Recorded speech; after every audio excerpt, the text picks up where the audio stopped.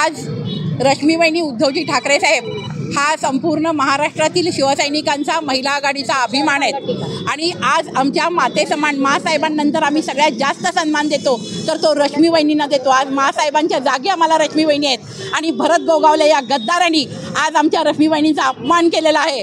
आज रश्मीवहिनी कुठेही ढवळाढवळ करत नसताना रश्मीवहिनी ढवळाढवळ करतात असे गलिच्छ आरोप गोगावलेंनी केलेले आहेत।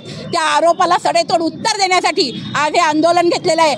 आज गोगावलेंना बांगड्यांचा आहेर आणि चपलांचा हार घालण्यासाठी आज महिला आघाडी आणि शिवसेनेच्या वतीने हे आंदोलन घेण्यात आलेलं आहे।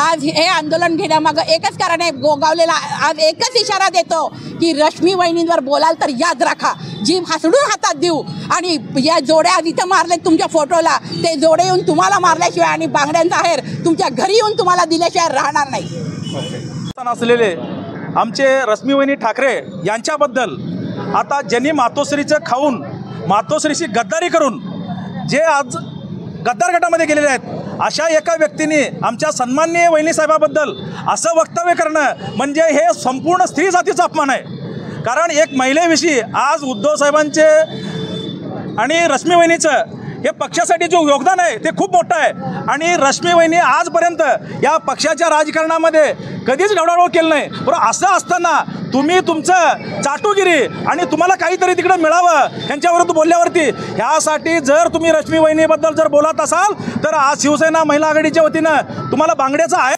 आणि जोडेमार केलेला आहे। जर इथून पुढे असं तुम्ही वक्तव्य केलात तर शिवसेनेच्या वतीनं जिथं जिथं भारत गोगावले येईल तिथं आम्ही संपूर्ण महाराष्ट्रामध्ये काळा बसल्याशिवाय आम्ही स्वस्थ बसणार नाही।